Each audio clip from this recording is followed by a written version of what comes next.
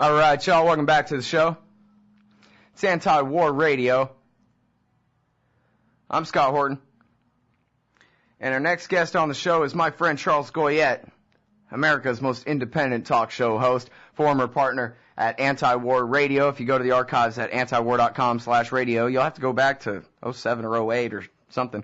But there are hundreds of excellent Charles Goyette conducted interviews there. And you can check out his website, charlesgoyette.com, and you can go to any bookseller online other than Amazon.com to buy the book, The Dollar Meltdown. Welcome to the show, Chuck. How are you, man?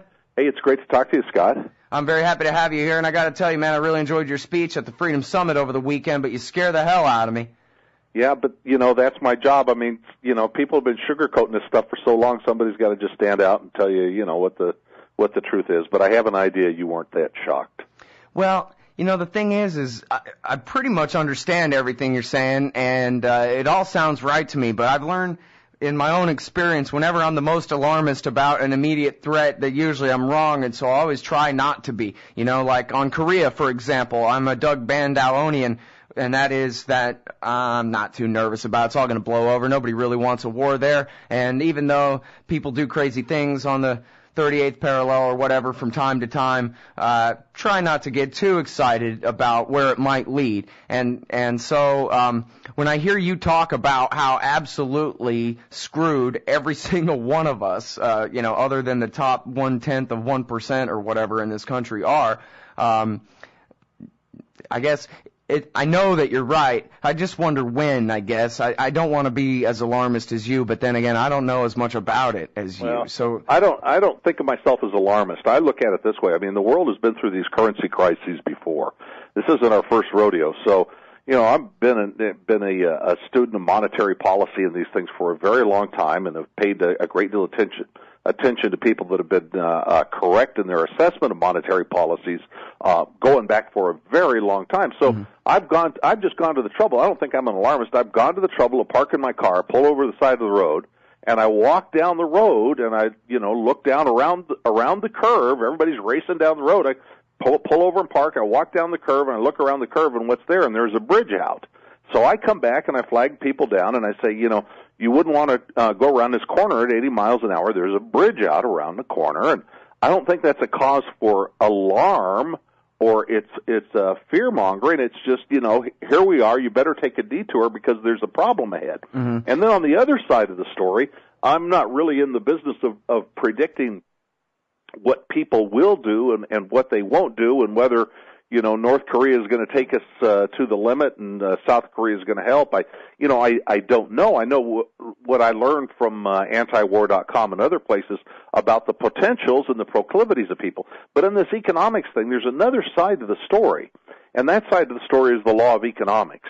And in the cases of all the things I talk about, I don't know exactly what the Fed will do, and I don't know exactly what the fiscal authorities will do. By that, I mean the Congress and the executive branches. Well, I know what their propensities are. I know what the likelihood is. But in any event, no matter whether they make decision A, B, or C, I know that the debts already exist. The money has been paid, and the laws of economics insist that that those debts will be repaid in some fashion. And so I'm saying I don't know whether they will be repaid by massive inflation, by just outright repudiation of the debt, by just sticking the bondholders with a little note that says, we're not going to pay you, sorry, sucker, and walking away. But one of those sorts of outcomes will take place.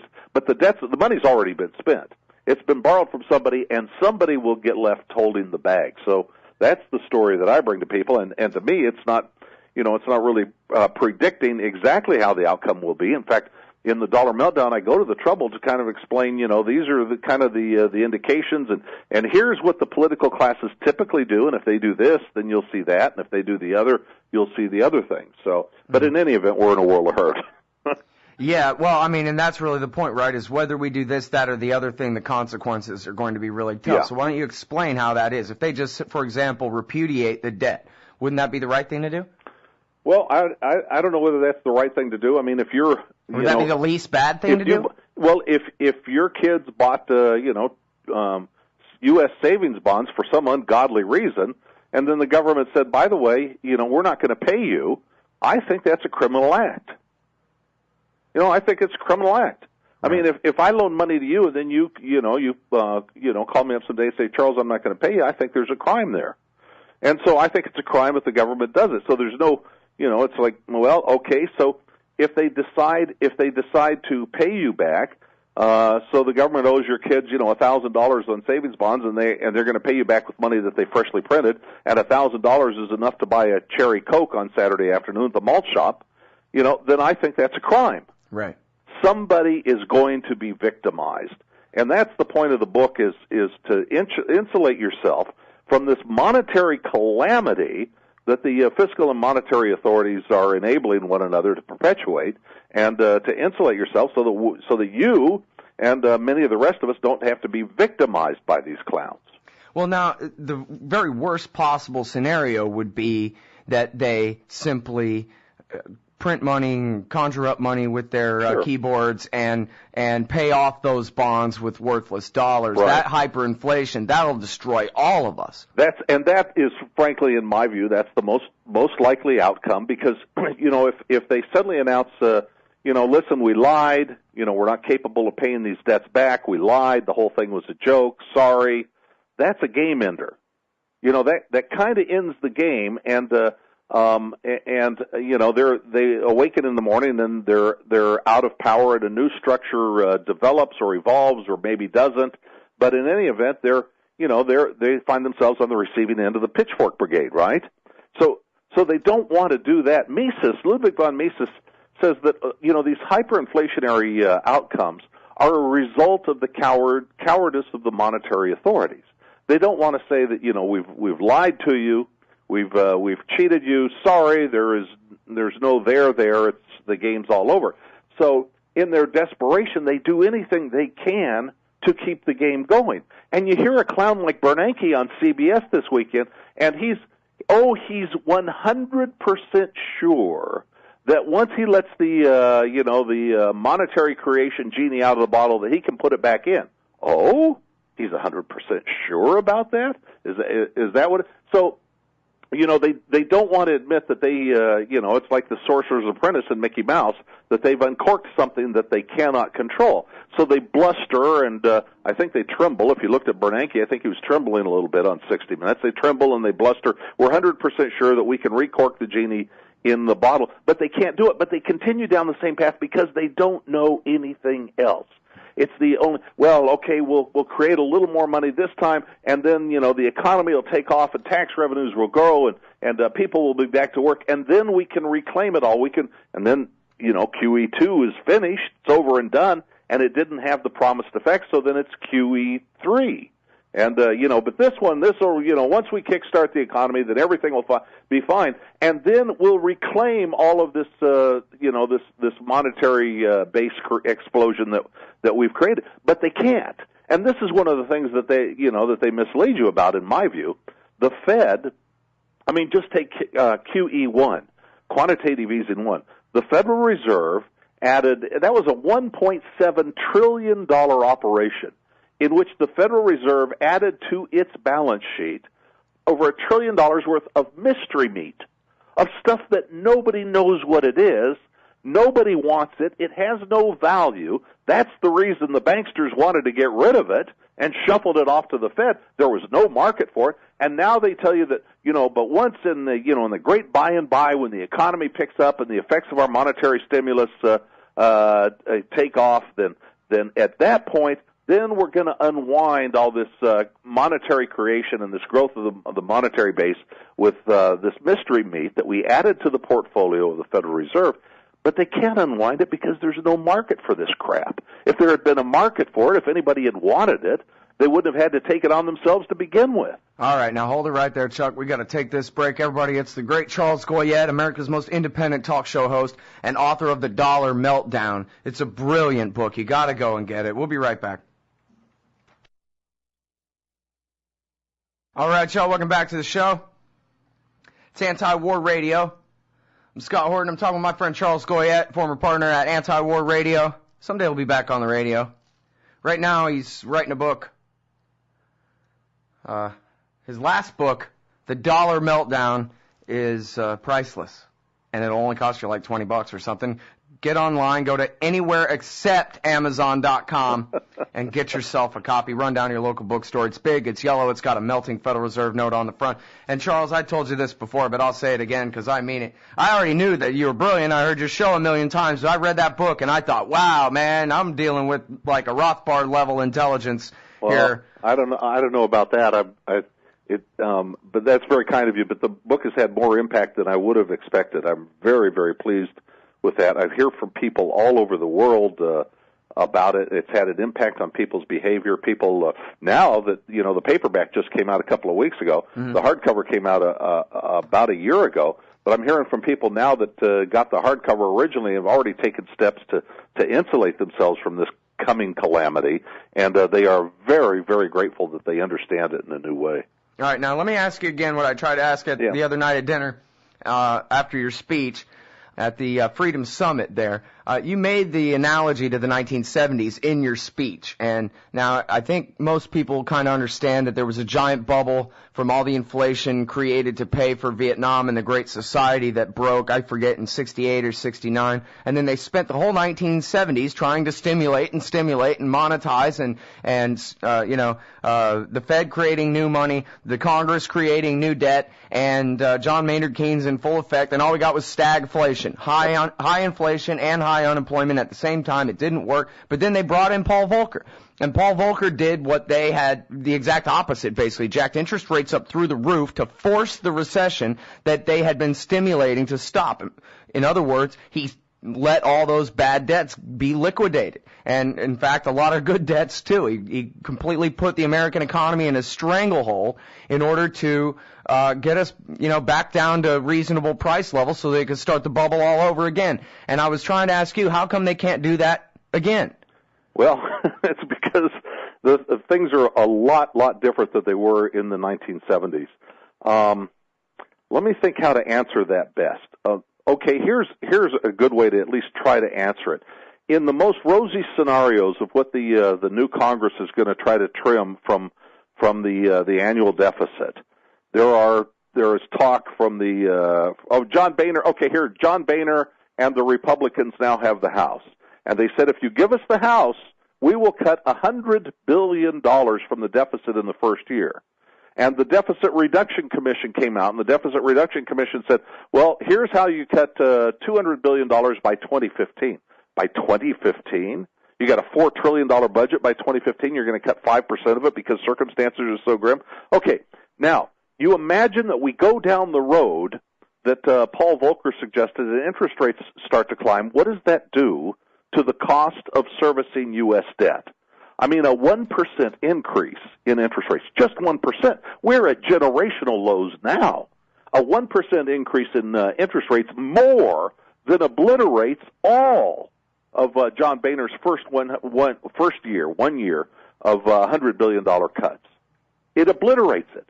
So we're between a rock and a hard place. What happens when U.S. interest rates get higher? What happens? The cost of funding, $14 trillion in U.S. government debt, not to mention the off-the-books debt. What happens to all of that?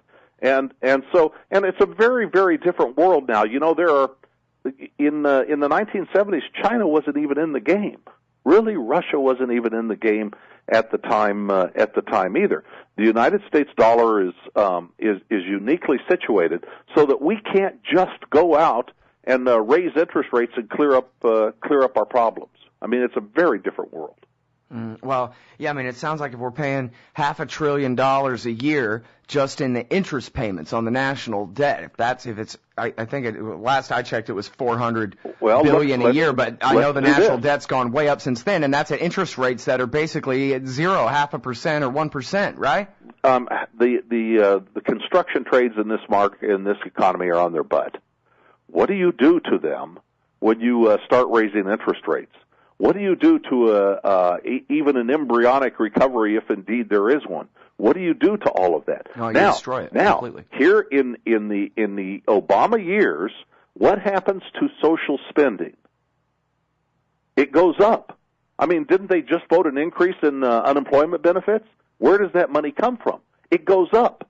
What happens to tax revenues when they raise interest rates to 12% or 18% or 19%? Tax revenues collapse, so the deficit broadens. That's before we get to the cost of rolling that debt over. And so we're dependent on the kindness of foreign strangers like the Japanese and the Chinese to continue to buy our debt. And maybe it'll be more attractive to them at 18% or 19%, but they will recognize the syndrome of a debtor who's getting in deeper and deeper and deeper and is going to finally have to declare bankruptcy. So they become a little reluctant. They want either still higher rates. If the inflation rate is 15, they want a premium, an inflation premium on top of that. So it's just it's just, you can't put the genie back in the bottle. The time for America to have been responsible is the last couple of generations when all this social spending and war spending and stuff was going on. War spending, look at this. We got $1 trillion a year. Robert Higgs, Ron Paul, many others, $1 trillion a year in foreign and war spending. We get the revelation that, a lot of that is for stuff like Hillary Clinton spying on the sex life of the president of Argentina and stealing diplomats' credit card numbers, and yet the American people and the new Congress aren't willing to make a dent in it. I mean, the Heritage Foundation, to whom these people bow and pray, has said, here's how you cut a whole bunch of money from the budget, and yet they leave the cost of empire intact. Right. Now, hold it right there. Can I keep you longer here? Yeah, sure. Yeah. Cool. I'm going to put in a call to Gareth Porter and try to bump him a segment or two because I still have so many more questions for you. So I'll call Gareth during the break and see if we can push him back. Later in the show, everybody, at the bottom of the third hour, we'll have Robert Stinnett, the man that finally proved the case beyond a shadow of a doubt of FDR's treason at Pearl Harbor. Looking forward to speaking with Mr. Stinnett again very much. But you talk about the war spending and $1 trillion a year. And I'm trying to remember, Charles, because you cite Robert Higgs there. And, of course, Mother Jones did a piece called, was it Shock and Charge or something like that? And they came up with the same number, $1 trillion. I'm trying to remember because it was just a couple of weeks ago that there was another third independent source. Oh, I know what it was. It was one of those factcheck.org or one of those did a fact check on Ron Paul because he keeps using the figure $1 trillion a year. And so it was Snopes or fact check. I think it was factcheck.org. They went and did their own numbers and said, yeah, it turns out Ron Paul's right. You count the cost of nuclear weapons and all the intelligence and the national security state and buying new fighter jets for Eastern European NATO members every year and et cetera, et cetera. You're talking $1 trillion, including the wars and the defense budget. I don't know, and as you said, we don't even know the off-books part. But hold it right there, Charles. We'll be right back. It's Charles Goyette, author of The Dollar Meltdown on Antiwar Radio. All right, y'all, welcome back to the show. It's Antiwar Radio. Talking to my buddy Charles Goyette. The website is charlesgoyette.com. The book is The Dollar Meltdown. It's now out in paperback. And, well, Charles, I guess I wanted to ask you about, I think you've told me before on the air that the subject of your new book that you're writing now, or maybe you're done writing now, is about what to do next, basically. This is a theme that was pretty consistent throughout the Freedom Summit conference over the weekend, was that it's too late for us. This is Rome in the decline. This is the Soviet Union falling apart. The empire is coming down. And that part is irreversible. There is no restore the republic. There is no, well, all we got to do is vote a bunch of Ron Pauls into the House of Representatives or something like that. It is too late for us. The Imperial Court in Washington, D.C. has already driven us over the cliff. The real question is, when the proverbial S goes down, when the dollar becomes worthless, when there's a real crisis affecting the 310 million of us in this country, then what? Yeah.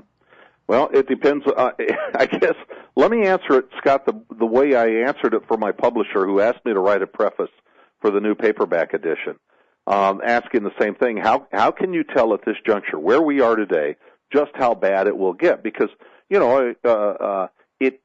have been so many cases of currency collapses, and some of them have been brutal. I mean, some of them have been like the French Revolution, and others have been fairly, over and done with fairly soon. How can you tell in advance?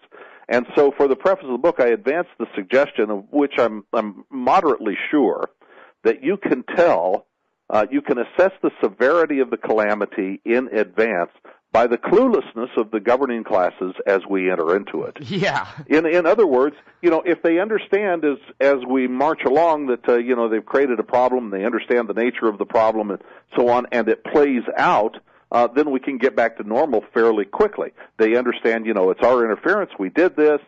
We tried to create money out of thin air. We became dependent on borrowing money to spend our way to greatness and so on and so forth. We're not going to do that anymore. Then the normal human propensity for people to provide for themselves and to create wealth reestablishes itself.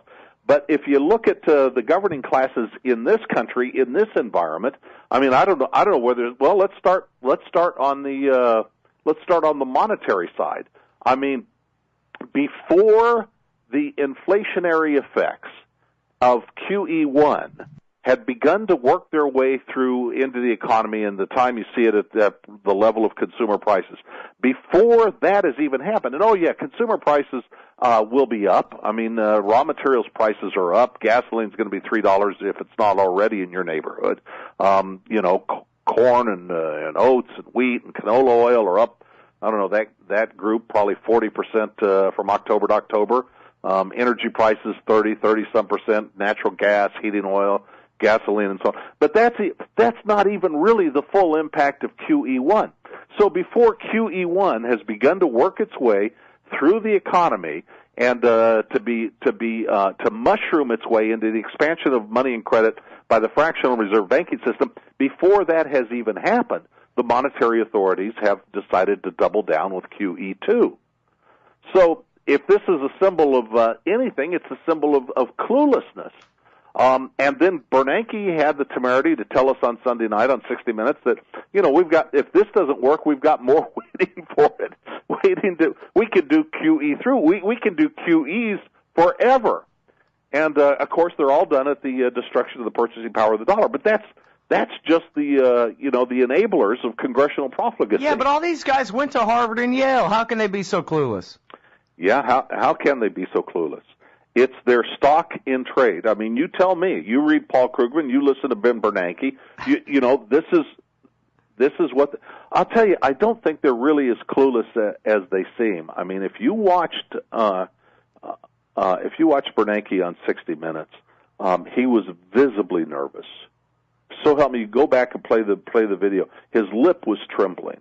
Over and over again, he was visibly nervous. Mm-hmm. I didn't watch the video, but I saw where someone posted on Facebook, and that was their description of it. Watch this guy as "I'm lying to you" is written all over his face. Yeah, it was very frightening. So I think he knows he's got a problem. But look, they have one arrow in their quiver. Period. Well, I mean, it's that great line one of my friends uses, and we've all heard. When you're holding a hammer, everything looks like a nail. What else do they do? What are their tricks? Do they produce wealth? Does the Federal Reserve go out and produce wealth? All they can do is inflate. That's all they know how to do. That's the only thing that they have. That's all they can do is they can print funny money. And so when the crisis comes, I guess we'll do what we do, and they will do what. And how clueless are the American people? I mean, we have gotten a huge document dump out of the Federal Reserve. Telling us that the Federal Reserve is now acting like central bank to the world. Societe Generale, Barclays, UBS, and others taking money from the Federal Reserve, other central banks taking money from the Federal Reserve. I mean, and is there a huge outcry about this? No. I looked for this story. $3.3 trillion they admit to. Here's the hundreds of billions we gave to Bank of America, to Citigroup, and I guess, that whole Wall Street, Main Street thing. As you point out in your speech, the American people were opposed 100% to the bailout, but then once it got done, I guess they internalized it as a good thing, or else why would the government have done it? Yeah, and then, and so now here's the next question. I mean, if the monetary authorities and the fiscal authorities can justify extending American credit and a $3.3 trillion operation for other central banks around the world, what do they do now when the you-know-what hits the you-know-what? What do they do about California with a $25 billion problem? About Illinois with a $13 billion problem? About New Jersey? About Texas? What do they do with $400 billion in pensions, underfunded pension liabilities that the unions and others are desperately trying to get nationalized, taken over by the by the federal government right now. What do they do with that? How do they make the argument that they can bail out Societe Generale and Barclays and not California?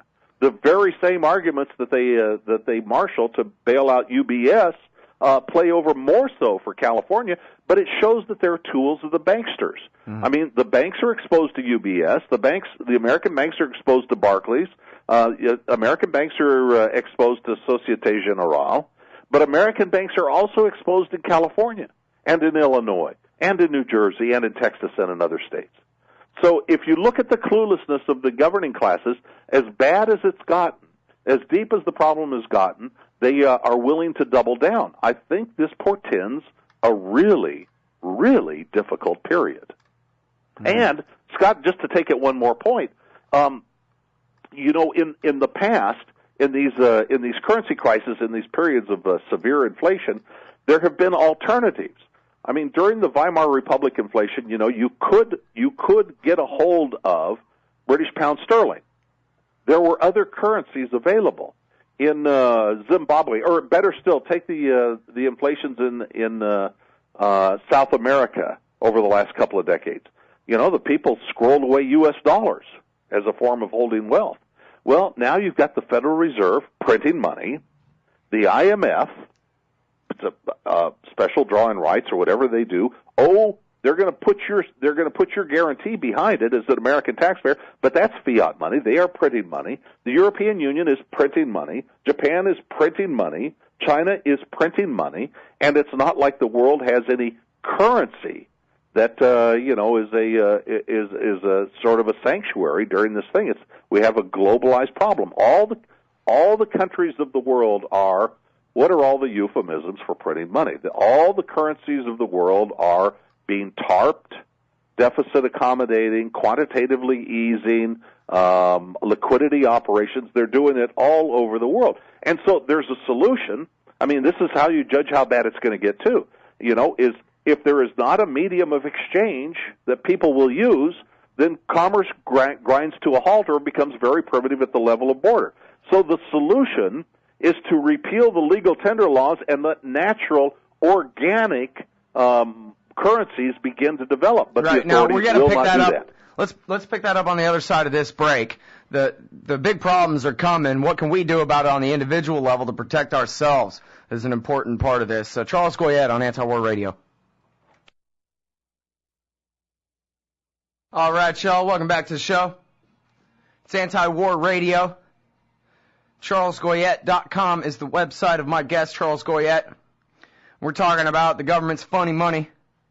And now, over and over again throughout history, governments have destroyed their societies that they're the governments of with their funny money. And you mentioned the French Revolution there. I think, for the most part, that's an untold story, a little understood version of the French Revolution, that currency manipulation was what led to that crisis. But if we just take your word for that much, at least for the sake of argument, I think we all remember what happened was Napoleon became the emperor and then waged war on as much of the earth as he could until he finally lost. Yeah, millions of deaths, turmoil, unsettled conditions, unhappy human beings across the whole swath of Europe, thanks to and you're right. He arose out of the ashes.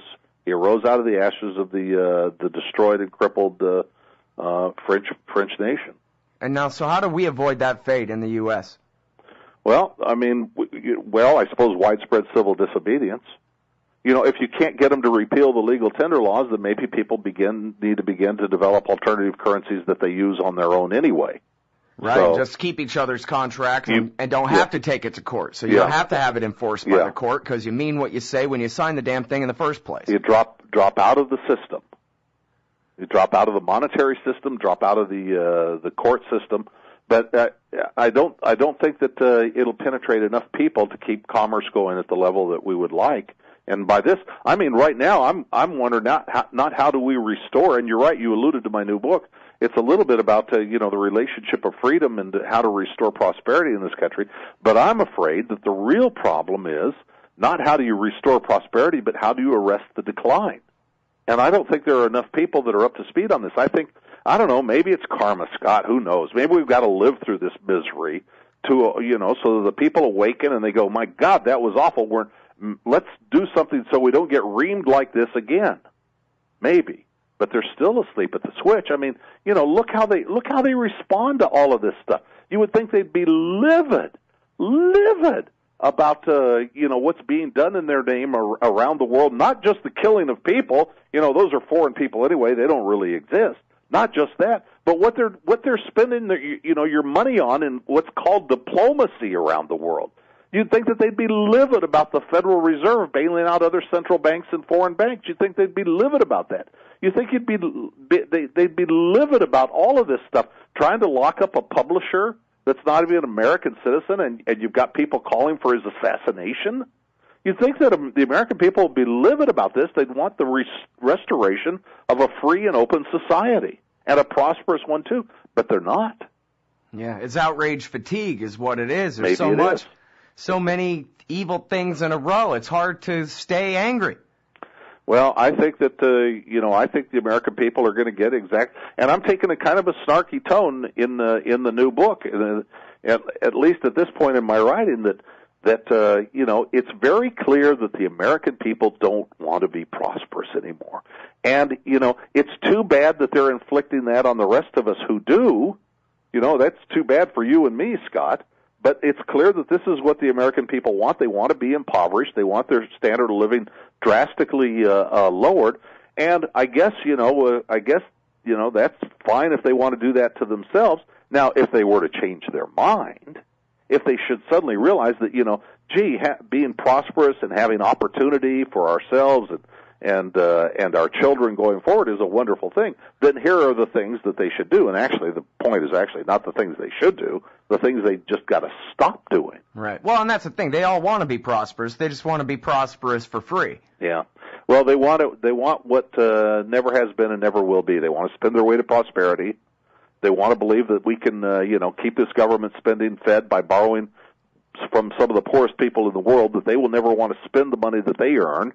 That we can continue to borrow from them. They want to think that you can create money out of thin air. They want to think that the authorities know what's best for us and are always in charge and have our best interests at heart. I mean, as long as they want to buy these myths that a little child wouldn't believe, then they're going to have, the unhappy outcome that occurs to people who believe things that simply aren't true, who believes childish myths. Right. Well, one of the biggest childish myths, of course, of our entire society, which is believed by everyone who's never actually taken the time to really think about it and look into it. But it just goes without saying, we learned this from the times that we're little kids, is that big business and big government are always in a big fight.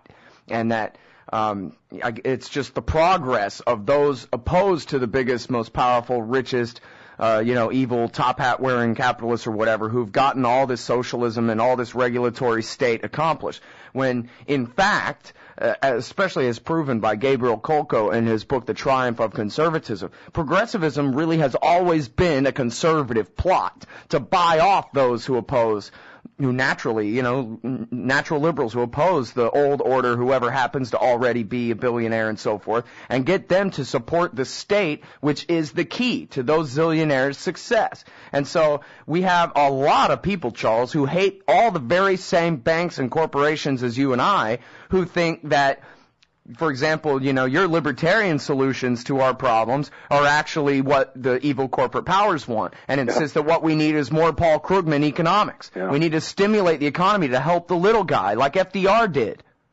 They want the right thing, but they just believe a bunch of nonsense. This is one of the greatest cases of identity theft in the history of mankind. For people to believe that these business establishments and plutocrats and stuff are for a free economy. On the contrary, they're not for a free economy at all. I've gotten to the point where I'm in a minority now. I don't even use the term capitalism. It's been so tainted to represent the monopoly man and all these plutocrats and the banksters that are in bed with the government. But the last thing any of these people want is a free economy. They want their privileges. They want their connections. They want to be able to control government policy, fiscal policy. They want to be able to control every aspect of your life for their profit and well-being. And the people are so confused about that. and, of course, the education system and the media and so on perpetuate the confusion. Yeah, well, Ron Paul all the time, when they interview him on TV, emphasizes that, look, you just got to believe in freedom, and he doesn't always necessarily explain or provide good footnotes or whatever, but his argument basically is that, I think, that it's not that America as a premise, the experiment is a big failure and it ain't right. It's that we abandon what we all know we're supposed to be about, the Declaration of Independence, the Bill of Rights, the rule of law, justice and freedom and fairness and these things. This is what we've abandoned. We've become an evil empire, and that's why we're destroying ourselves. So we don't need a new fascist America with Roman Emperor Petraeus in charge, and we don't need some kind of a Marxist revolution. What we need is to just get back to what we're supposed to be doing in the first place. We don't need anything top down. We don't need a new policy out of Washington. We don't need a new initiative. We don't need a new fist. We need them to leave us the hell alone. This country is made rich. All of this wealth around us was created by people who just, the architect that goes out and architects, and the engineer that goes out and engineers, and the waitress that goes out and waits.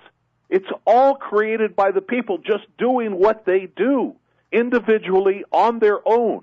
That's created all this wealth. None of it was created by from the top down. And so if we want a restoration of our wealth, we need to get these guys in that are micromanaging, directing our affairs, telling us how much we're going to save, telling us how we're going to retire, who's going to provide our retirement, telling us what we can eat, what we can think, what we can read, what documents we're allowed to read. We need them to go away and leave us to our prosperity. Yeah, and what I really think too is I think it was that Albert J. Nock piece, Isaiah's Task, where those of us who are the remnant, who understand these things, it's our job just to stay the remnant. And maybe we don't win the argument when we want to win the argument, but when the time comes, and this goes for the people in this audience too, when the time comes, the people who understand these principles have to be able to stand up and explain them to everybody else. The reason that we have all these troubles is because of the empire. The reason that we have all these troubles is because of paper money. It's not because of capitalism. It's not because of private property rights. It's not because of Barack Obama or George Bush. It's because of both of them. And that kind of thing. And that, I think, is what Ron Paul is really getting at, is kind of preparing the remnant. This is the speech that you've got to give coming soon when the dollar breaks. Yeah, it's certainly true. And as I said earlier, it's too bad for those of us that you characterize as the remnant that the rest of society, the weighty numbers, want to end our prosperity and our opportunity and our freedom, but that makes it more compelling for us to go out and win the argument. That's right. Well, you couldn't be better armed for that task than reading The Dollar Meltdown by Charles Goyette. Just go to charlesgoyette.com. You'll find the link right there. Thank you so much for your time, Charles. Great to talk to you, Scott. Thank you, bud. All right, peace.